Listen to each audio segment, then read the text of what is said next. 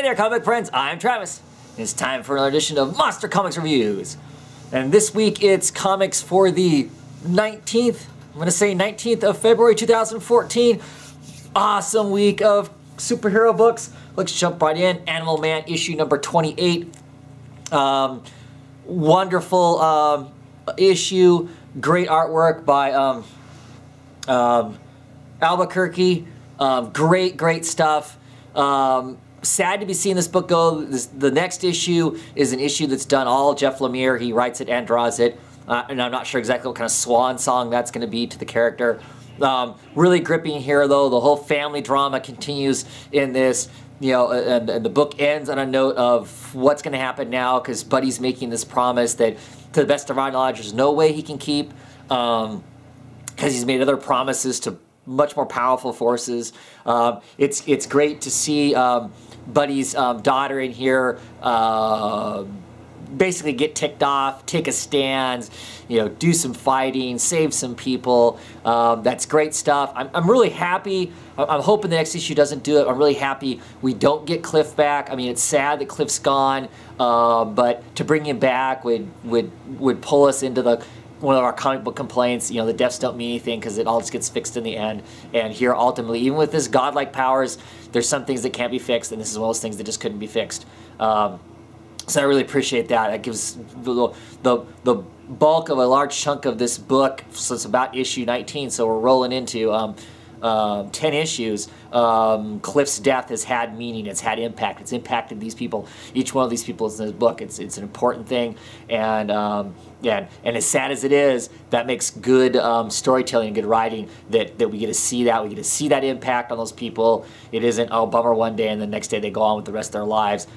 This really has personally impacted them in a permanent fashion and in ways heavy and in a well-written way. Like I said, kind of sad to see it go. I really enjoyed the Animal Man. Nice that we're getting an actual send-off to the character. It's not just canceled without them addressing the ending and whatnot. So you got to be happy with that at least the book has allowed the opportunity to say it's goodbye. So that's excellent. Great book. I'd be saying pick up trades. You know, there's some great stuff that happened in this book. Next up, we're talking about another incredible book. Batman and Two-Face, number 28. This ends the Two-Face arc. Absolutely incredible story, masterful storytelling, art by Gleason. Tomasi's story is brilliant here. There's some brilliant images. I would love to know which one of them came up with the images. Did Tomasi say, hey, make sure you do this? Or was it Gleason's intuition and understanding the characters and the story that was trying to be told and delivered it? Whichever one did, or if it was the masterfulness between the two of them, it was so incredible. There's so many things going on in this book. Major spoilers here. If you haven't read this book, you don't want to get spoiled for you. Until you see me holding up a different book, don't listen to this part. Skip past it because there's just stuff I want to talk about. Obviously, we get this masterful moment of Batman saving Two-Face from these other criminals who are going to do him in. They've lit him on, you know, lit the whole place on fire. I'm going to burn him down and stuff.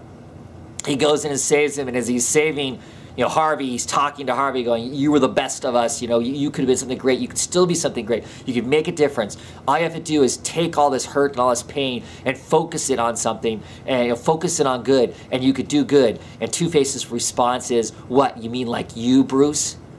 Like you, Bruce? He knows Batman is Bruce Wayne, and he's always known that Batman is Bruce Wayne, and you get the impression that he has probably known that Batman was Bruce Wayne before he became Two-Face. Just an awesome revelation. It's got power. It's like, holy crap, you know. And then, you know, how many times, you've got to think, how many times does he flip that coin thinking, today's the day I'm going to destroy Batman. Today's the day I'm going to destroy Batman. Just really amazing. Amazing stuff. Later on, I guess you could say, ooh, the problem, maybe it got solved. Because later on, you know, Two-Face does get out of those things. He goes through his typical morning routine where he wakes up, cleans himself off, gets his gun, like when this whole arc started out, gets his gun out, goes to flip a coin, and then plays Russian roulette if it's a good day or not. he's kind of haunted by Batman telling him that there's a third side to a coin earlier on. And so instead of flipping the coin, he just spins it. And he talks to his wife. There's a picture of his wife there, and he says, you know, I think I'm having a lucky day. And he pulls the trigger, and there's splatters of blood all over her picture. There's splatters of blood, but it's really interesting that only one side of her face gets covered in blood. The two-face thing. There's lots of duality throughout the entire book, and then the panel is black, and it's gone. And I really think Two-Face is dead. I really think that Harvey Dent is dead. Or we're not going to see him for a very long time. And I'm fine with either. I love Two-Face. He's like my favorite Batman villain. And this was written so well that I am not bothered at all that this may actually be the end of this Two-Face. I'm fine with that. It had a powerful ending. I really loved it. I love the trigger pull. I love that this is potentially he's dead. I'm perfectly okay with that, because we also get our other character where she is in prison. Her face has been scarred to some degree. She could potentially be the next Two-Face. She's kind of ranting in prison. She has a handkerchief that has Harvey Dent's monogram on it, and so it had power also. I mean, I don't know. I mean, you know, maybe I'm reaching for straws that this is a hint that this might be the next Two-Face. And if it is a female Two-Face, that would be cool. I'm okay with that. I mean, she's already got the split thing going on. She's the evil side of a set of twins and stuff. I just think that there could be some great stuff going on. Excited for this book going forward, but man, this arc was an incredible arc with incredible imagery and just an awesome, awesome comic book. Next up, Batwoman issue number 28. Still nowhere near the book that we used to get. I still believe this is a marketed improvement from the last issue, which is an improvement from the last issue. So we're moving in the right direction. How palatable is it? How long am I going to hold on to go into the next thing? I'm going to hold out for this book until it hits the next arc, because I believe that the next arc will get a genuine story that wasn't some rushed thing that they had to try and get together. It was okay. Actually, there were some interesting moments in here. I know some people have made videos about the fact that Maggie Sawyer, Kate's other half, potential, potential life partner, whatever you want to call her. There's some interesting dialogue between the two of them. You know, she's pushing that Kate has post-traumatic stress syndrome, and she needs to get her head screwed on straight. You know, with the daughter around and all this other stuff. And that Maggie's kind of a bitch. Maybe she is. But I think that's potentially good writing if you're starting to feel like she has some sort of personality. She's delivering some sort of personality. Maybe it's not exactly what we got before, but you know what? We never really got any home life with these characters before, not much. And what we did was a struggle, and so the struggle continues. I do like the dialogue between Kate and Maggie's daughter. I think that's really good dialogue there. I think there's potential going forward. I think, you know, once we get past this Wolf Spider arc, a couple more issues, I'm hopeful. I'm hopeful that it's gonna be something good. Is this something exciting to jump on? No, I would say don't be getting on this if you haven't been going along. But I'd also say if you are a Batwoman collector, maybe write it out. Write it out. A few more issues, you know, until we get that next arc, and let's see what that next arc really produces for us and see what happens. Okay. Oh, Captain America issue number 17. I don't have lots to say about this. This whole mind bubble dude, which I'm not really familiar with him a whole lot. He's some guy from like the 60s version of a super soldier who, instead of, you know, strength and speed and all that kind of stuff, he you know, kind of an LSD cocktail of some sort, where he literally has this spigot that sticks out of his head and bubbles pop out of it, and he uses those bubbles to control people in fashion. There's a larger picture going on here because he's teamed up with our Asian fellow. They're driving nails into Captain America and S.H.I.E.L.'s coffin to try and destroy S.H.I.E.L.D. because they see S.H.I.E.L.D. as being this invisible dictatorship that needs to be taken down. That's an interesting idea. The little bits and pieces of Jet Black that are in here, of course, are what I like best. As I keep saying, I'm a really big fan of hers. I want to see more of that. Otherwise, I'm not sure where this is going. If there isn't more Jet Black or something extra special doesn't start happening, this is going to be close to wavering on being on a list to be... Excuse me as I yawn. Be on a list of potential books I'm going to drop. I'm just not a huge Captain America fan. There has to be something more than him just being Captain America for me to stay excited about the book. So I'm hoping that shows back up again. Harley Quinn issue number 3, Valentine's issue. I've talked about this issue a number of places, and I guess I don't want to talk about it a whole lot here too, other than it felt weird to me. Not weird as in I don't get it. It just felt, there was something about it that was off-putting to me, and I'm not sure exactly what it is. Something to do story-wise, art-wise, it's amazing. Chad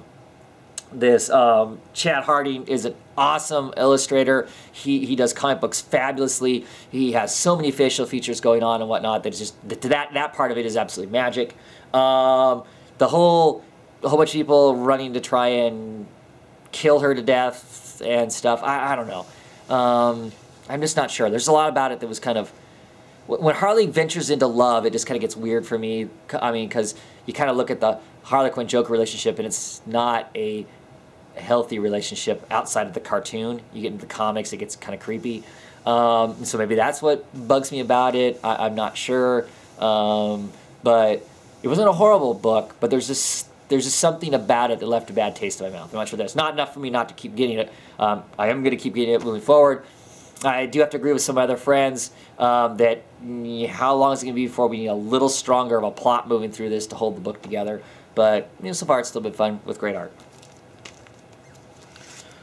Marvel Knight Hulk issue 3 of 4 of this miniseries. I'm really digging this. Like all of these Marvel Knights books, it's so kind of off in left field. You know, we get kind of a crazy back history of this woman who is, you know, controlling the Hulk right now, laying the groundwork for the final issue, which is going to be this massive attack. And of course, it's not going to go exactly as planned because they were going to use the Hulk as basically a bomb, and he has been reverted back to Banner, and now they're like, oh crap, as they're flying into a crash landing to, you know, to blow this place up with a Hulk bomb, and now the Hulk's not the Hulk anymore.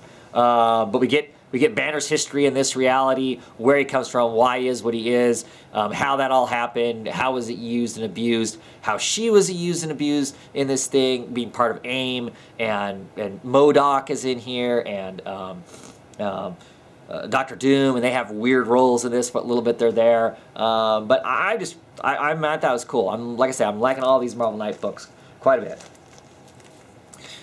Justice League of America issue 28. The Metal-Men issue, basically the whole thing is just a big giant Metal-Men issue. I have some serious problems with the continuity of this book because Platinum here, we saw her in a prior book right before the Trinity War hit, and she was kind of a total nutcase, and this story here leads us nowhere to believe that that would ever be what would happen to her, or that there should ever be like that, or anything like that. So there's some serious continuity issues as far as that goes. I'm not really a continuity snob, but when it's this close together and we're still kind of telling the same story, because that was part of the Trinity War, which smoothly led into Forever Evil, that shouldn't have that kind of inconsistency, so that really bugs me a lot. Otherwise, this, like I said, this is just kind of an origin story of the Metal Men, and that was fine for what it was. But as far as moving the story forward, it was yet another, what I am calling a fluff piece, to fill in gaps until they get to the final issues of Forever Evil and can tie all these things up and move these darn books forward in some other sense. Supergirl, Red Daughter of Krypton, Supergirl. This is the issue where Supergirl ends up donning a Red Lantern ring, which will be really interesting exactly how that works out. The plot is organic. It makes sense as to how she moves to that, so that's all really cool and fine, but that's really all this is just kind of a motion. I mean, I enjoyed it, but it was just a motion to get the ring on her, basically. So now it'll be really cool to see what happens now that she has that ring. How much control does she have?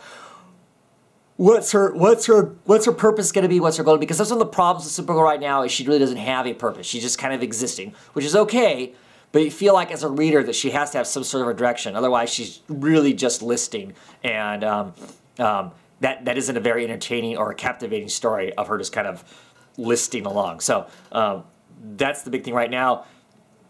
We'll see. I'm going to read the Red Lantern thing. If that really feels like it's going somewhere and being something, I stay on Supergirl. If not, Supergirl's done. And finally, another incredible comic book, Wonder Woman issue number 28. Things are coming to a giant header here. Firstborn gets pushed too far, breaks loose. And so on Mount Olympus, all hell is breaking loose. Apollo is going supernova, so that's some crazy crap happening there. Meanwhile, Firstborn's like second lieutenant. She's a demi-goddess in some sense or another. Either the woman with a metal throat, cannot remember her name right now, shame on me, has released the Minotaur. This is a new version of the Minotaur. You know, man in a big, massive, you know, metal S&M looking type Minotaur suit, storming along, clobbers Dionysus, scoops of Dionysus, and they're using Dionysus to find out how to get to Mount Olympus. Some other great little beats along there. There's always a wonderful Hera beat in the last 3 or 4 issues that have been great, and there's another one here that's fabulous that way too. Really interesting to see the Minotaur roll back around, because we had the Zero issue 2 years ago, or in the first year of the book. You know, she went up against the Minotaur, chose compassion at the time. You know, is she going to do that now? Other awesome, exciting thing in here, every time you get to see Wonder Woman use her bracers to bounce bullets off, that's always really cool. Finally getting over that in here. I think we haven't seen that scenario since maybe like one of the first issues where she's bouncing off spears and bows and arrows. But still really cool to see that too. Wonderful, wonderful story. This whole giant arc, if you haven't been reading it, you should. You're missing out. If you think this is a girl comic, you're a fool. This is just a damn good comic. So everybody should be picking it up. Not that I'm going to think less of you if you don't pick it up. Really. At any rate, have a great one, everybody, and I will talk to you later. Bye.